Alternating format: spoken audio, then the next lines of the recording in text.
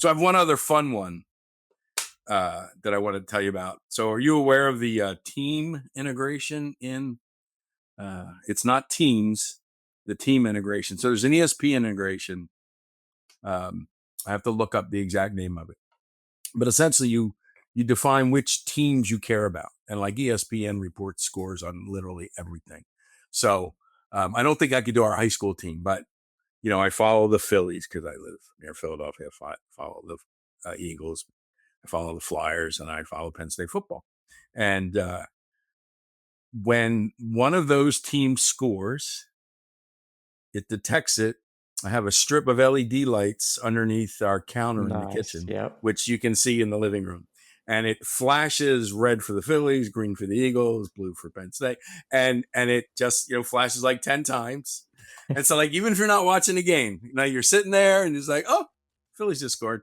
It's just like a fun little thing. Nice. I did it for, I want to say the playoffs 2 years ago for the Eagles. I think is when I first did it.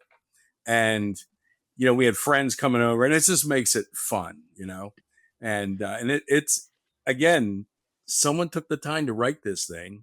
They keep it updated. It works. Remember, you'll recall, perhaps Rohan, back in the 2000s, the NHL actually sold a goal light, right? You can mount it in your garage. You tell it what team, and it would somehow.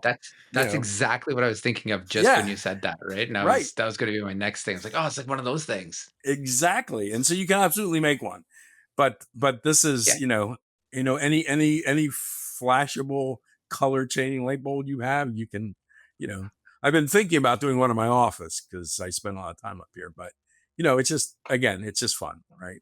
It's just What's the polling time on that? Like, is it polling every minute? Is it using webhooks? It's polling a lot. I have no idea, but I will tell you, I have to put, because if you stream, your game's delayed, right? And so I'm on Hulu, so it's delayed.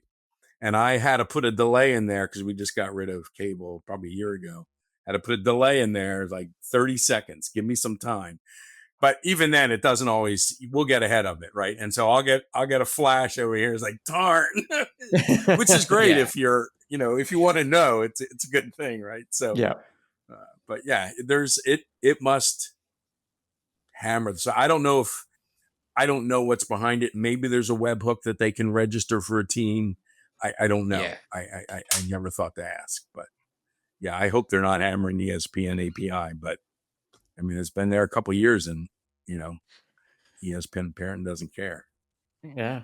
I mean, or do it and whatever.